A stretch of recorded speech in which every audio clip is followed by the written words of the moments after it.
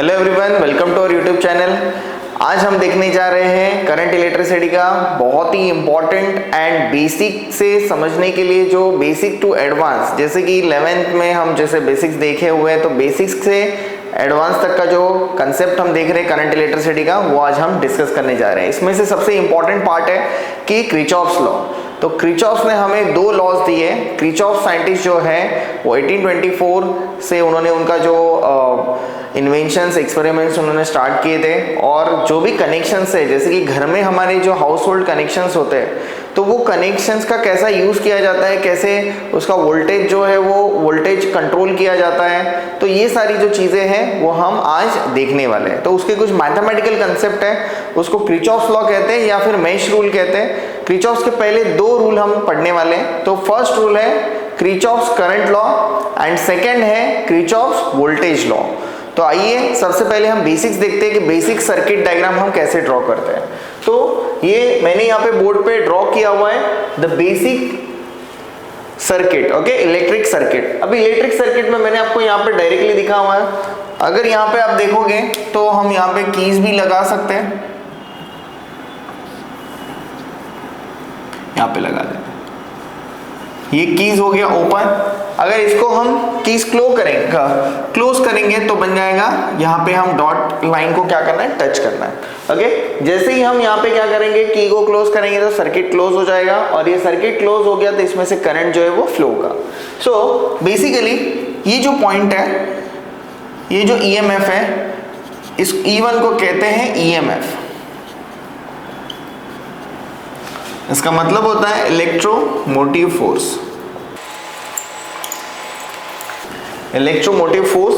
And the second one is, देखो E1 and E2। अभी EMF और पोटेंशियल डिफरेंस में क्या फर्क होता है? तो पोटेंशियल डिफरेंस, EMF मतलब होता है, पोटेंशियल डिफरेंस को V से हम इंडिकेट करते हैं, plus I into small r। ये जो स्मॉल r है इसको कहते हैं इंटरनल रेजिस्टेंस। इंटरनल रेजिस्टेंस है तो यहाँ पे भी वोल्टेज यूटिलाइज होता है। ये जो पर्टिकुलरली इंटरनल रेजिस्टेंस होता है वो कहाँ से आता है? तो जनरली हमारे घर में जो इन्वर्टर का बैटरी हम यूज करते हैं, मैं इन्वर्टर की बैटरी से आपको एक्सप्लेन करता हूँ, okay. This is nothing but a DC part. So inverter की जो बैटरी होती है उसके अंदर हम डालते हैं डिस्टिल वाटर। तो डिस्टिल वाटर क्या है? इंसुलेटर है, उससे कोई भी करंट पास नहीं होता है। बट डाइलेक्ट्रिक मतलब होता है इंसुलेटर, तो वो जनरली चार्ज को स्टोर करके रखते हैं, ओके। सो ये अगर स्टोर करके रखेंगे चार्जेस को, तो जनरली ये इंसुलेटर्स ही होने चाहिए। तो ये भी क्या करता है कि जब चार्ज फ्लो करता है तो उसमें जो उसके जो इलेक्ट्रॉन्स होते हैं, वो इलेक्ट्रॉन्स क्या होते हैं, रैंडम मोशन में होते हैं। तो उसको स्ट्रेट अवे डायरेक्शन में पोटेंशियल प्रोवाइड करने के लिए क्या होता है, तो जनरली हमें इंटरनल रेजिस्टेंस प्रोवाइड करना पड़ता है। तो इंटरनल रेजिस्टेंस यूटिलाइज हो जाता है। तो जनरली इसका जो इंटरनल रेजिस्टेंस का जो वोल्टेज है that will become your IR, okay. तो यहाँ पे हम देख सकते हैं कि वो पोटेंशियल निकल गया। तो अगर हमारे यहाँ पे अगर कोई बैटरी है प्लस एंड माइनस, तो ये बैटरी का जो आउटपुट निकलता है वोल्टेज वोल्ट मीटर से, तो that is nothing but your voltage, okay. और पूरा बैटरी जो, अगर आपने देखा भी होगा कि जनरली हम अगर बैटरी खरीदते हैं तो वो अगर 15 वोल्ट का अगर मैंने बैटरी खरीदा हुआ है, या फिर 12 वोल्ट का मैंने अगर बैटरी खरीदा हुआ है, मान लो 12 वोल्ट का मैंने बैटरी खरीदा है, तो ये 12 वोल्ट का जो बैटरी है, 12 वोल्ट की बैटरी में आपको अगर आउटपुट अगर आप चेक करोगे, जैसे कि बाइक का वगैरह बैटरी होता है, तो उसमें आप चेक करोगे तो आपको सिर्फ मिलेगा 11 मिनी 10 वोल्ट के आसपास आपको क्या मिलता है, तो इसका आउटपुट मिलता है। तो this is nothing but your potential difference. और जो बैटरी हमने लिया है that is nothing but it's EMF। तो EMF मतलब होता है वोल्ट प्लस इंटरनल रेजिस्टेंस का पोटेंशियल डिफरेंस, ओके। तो ये इसका डिफरेंस है। इसके बाद आपको दिखेंगे रेजिस्टेंस। तो हमने रेजिस्टेंस यूज किए 1, 2 एंड 3। तो रेजिस्टेंस क्या है यहाँ पे? तो जनरली हमारे लोड है, जैसे कि हमने कोई डिवाइस अगर अटैच किया हुआ है, जैसे कि बल्ब लगाया, फैन लगाया, AC होगा या फ्रिज होगा, तो उसको हम एज अ लोड रेजिस्टर के हिसाब से कंसिडर करते हैं, ओके, स्कीमेटिक रिप्रेजेंटेशन में। तो यहाँ पे सबसे पहले हम 3 चीजें देखने वाले हैं। तो पहले होता है यहाँ पे जंक्शन, जंक्शन पॉइंट क्या है यहाँ पे, ओके, ये हो गया जंक्शन, ओके, जहां पे 2 से 3 पॉइंट क्या हो रहे हैं, मैच हो रहे हैं, उसको क्या कहते हैं हम, जंक्शन पॉइंट। ओके, नेक्स्ट आता है ब्रांच।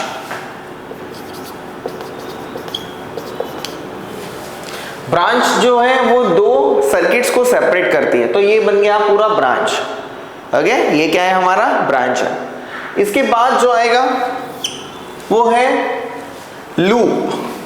लूप बहुत इंपॉर्टेंट है किरचॉफ्स लॉ में। तो लूप क्या होता है, ओके, लूप मतलब अभी यहाँ पे 2 लूप है, this is a loop 1 and this one is loop 2। तो लूप मतलब क्या है, तो यहाँ पे जो ये क्लोज सर्किट क्रिएट हो रहा है, ये क्लोज सर्किट उसका क्या है, लूप है। तो loop 1 and loop 2, loop 1 and loop 2, ये एक होता है क्लोज सर्किट, जिससे पूरे सर्किट्स को क्या किया जाता है, तो डिवाइड किया जाता है। पूरा एक सर्कुलर फॉर्म में क्या होगा, डिवाइड होगा। तो ये इसके 3 जो जनरली है बेसिक पार्ट होते हैं सर्किट्स के, तो ये पहले आपको आना बहुत इंपॉर्टेंट है। अभी हमारा जो नेक्स्ट टॉपिक है, जैसे कि Kirchhoff's law. Kirchhoff's law 2 type के हमें लॉज है, पहला है KCL and second one is KVL। Okay, KCL का फुल फॉर्म होता है किरचॉफ्स करंट लॉ, एंड जो KVL होता है उसका मतलब होता है किरचॉफ्स वोल्टेज लॉ।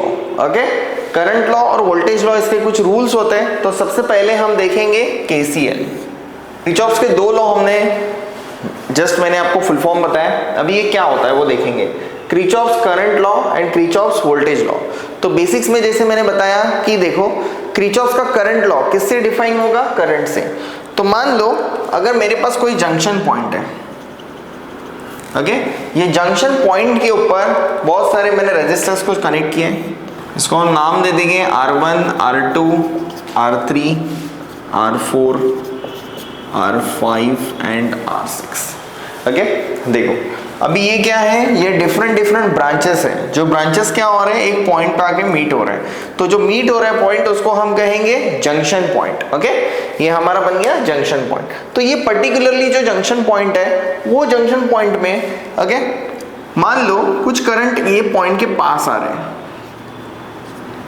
और कुछ जो है वो बाहर जा रहे हैं, जैसे कि ये वाला और ये वाला बाहर जा रहा है और ये वाला भी अंदर आ रहा है। ठीक है, तो देखो ये जो है R2, R3, R4 और R5 जंक्शन के पास जा रहे हैं। ओके, सो जंक्शन के अगर वो पास जा रहे हैं तो उसको कहते हैं इनकमिंग करंट। ओके, और जंक्शन से जो दूर जा रहे हैं उसको कहते हैं आउटगोइंग करंट। तो किरचॉफ ने क्या बताया कि जो इनकमिंग करंट है is equal to outgoing current है, तो net current accumulation at this particular junction will become 0। इसका मतलब है इसने बताया कि summation of I is equal to 0। Okay, so जो करंट है इनकमिंग करंट, इसका मतलब मैं निकालता हूं, incoming current is equal to हो जाएगा आउटगोइंग करंट।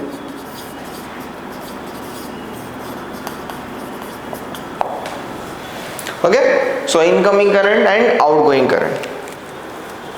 सो यहाँ पे हम देखेंगे कि ये रेजिस्टर में से जो करंट आ रहा है इसको हम ले लेंगे I2, ये बन जाएगा I1, ये बन जाएगा I3, ये हो जाएगा I4, ये बन जाएगा I5 and this one become, बाहर जा रहा है वो बन जाएगा I6। देखो ये R लिखा है वो रेजिस्टर्स है और जो I लिखा है वो है करंट। तो हमें करंट के बारे में सोचना है, रजिस्टर के बारे में नहीं सोचना है फिलहाल के लिए। तो इनकमिंग करंट कौन से इनकमिंग में आ रहे हैं, तो अगर आप देखोगे तो पहले I2 से शुरुआत है, तो बन जाएगा यहाँ पे I2 प्लस करना है। Okay, I2 plus I3 plus I4 plus I5 is equals to करेंगे, अभी देखो 5 था, ऐसे टोटल 4 हो गए। ये दोनों क्या हो रहे हैं, बाहर जा रहे हैं, तो ये हो जाएगा I1 प्लस I6। ओके, सो ये हमारा होता है किरचॉफ्स लॉ। और अगर मैं उनको भी यहाँ पे लेके आता हूँ तो ये बन जाएगा हमारा समेशन इज इक्वल्स टू 0। तो ये फॉर्म में इक्वेशन बन जाएगा हमारा, पहले जो प्लस वाले इसको लिख देते हैं I2 plus I3 plus I4 plus I5 okay, plus I5 and is equals minus I1 minus I6 is equals to 0। तो इसको इसका समेशन बन जाएगा I is equals to 0, summation of I is equals to 0। Okay, so this is nothing but your Kirchhoff's current law. Okay, I hope आपको ये जो video है वो समझ में आया होगा। ओके, और ये जो है एकदम बेसिक कंसेप्ट है, इसके रिलेटेड हम कुछ क्वेश्चंस करेंगे। ओके, तो वो क्वेश्चन भी आपको देखना है। इसके नेक्स्ट इसमें हम देखेंगे KVL। अब हम KCL के ऊपर क्वेश्चन देख रहे हैं, प्रॉब्लम्स जो कि मैंने लिखा है। Figure shows a current in a part of electric circuit, find the current I6 is equals to, question mark मैंने डाला हुआ है बट क्वेश्चन मार्क होगा नहीं होगा, ठीक है। देखो जैसे कि यहाँ पे एक ब्रांच दिया हुआ है जिसमें से कुछ करंट इनकमिंग है, कुछ करंट आउटगोइंग है। तो आप देखोगे इसमें जो टोटल करंट है वो क्या है, I1, I2, I3, I4, I5, I6 and I7। तो हमें फाइनली क्या निकालना है, I6 का वैल्यू निकालना है, ठीक है। सो इसमें क्या होना है कि ये जो पॉइंट है, ये पॉइंट से क्या हो रहा है, अगर मैंने यहाँ पे कंसीडर किया तो मैंने स्टार्ट किया फ्रॉम द A। ओके, सो देखो यहाँ पे हम सॉल्यूशन लिखेंगे। जनरली जो गिवन डेटा हमें दिया हुआ है वो गिवन डेटा हमारे क्वेश्चन के डायग्राम में ही है। तो इसमें हम देखेंगे कि I1 का जो वैल्यू है, ओके, वो है 17 एम्पियर। तो करंट का यूनिट होता है ampere. Okay, so basically 17 ampere से हम स्टार्ट कर रहे हैं, तो उससे वो स्प्लिट होगा धीरे धीरे। ओके, तो यहाँ पे लिखा है given data I1 is equals to 17 ampere. Okay, then अभी I2 निकला बाहर, तो ऑब्वियसली अगर मैं I3 के पास जाता हूँ, ओके, तो इसको मैं क्या लूंगा, माइनस ले लूंगा, क्योंकि बाहर जा रहे हैं, बराबर। तो मैंने आपको पहले ही बताया कि आउटगोइंग करंट को हमें क्या लेना है, माइनस लेना है। तो मैंने माइनस कर दूंगा इसमें से 3 ampere. Okay, so eight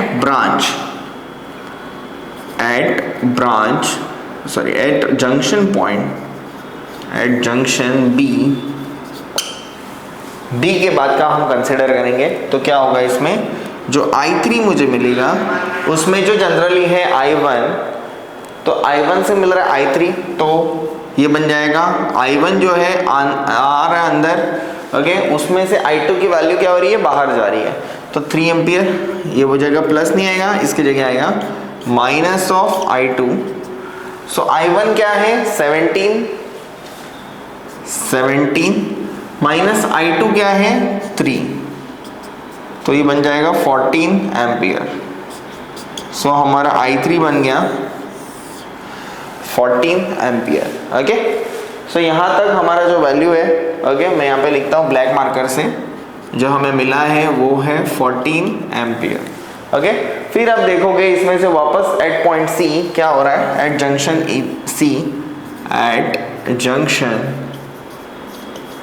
C क्या होगा कि जो जनरली I4 है, अगे I4 है, देखो I1, I2, I3 और ये I4। अभी जो मैं अगर I5 निकालने जाऊंगा तो क्या होगा, I5 बनेगा मेरा इज इक्वल्स टू I3 में से I4 निकल गया, तो I3 माइनस I4। I3 का मेरा वैल्यू है 14 और I4 का मेरा वैल्यू क्या है, 2। तो I5 इज इक्वल्स टू 12 एम्पियर।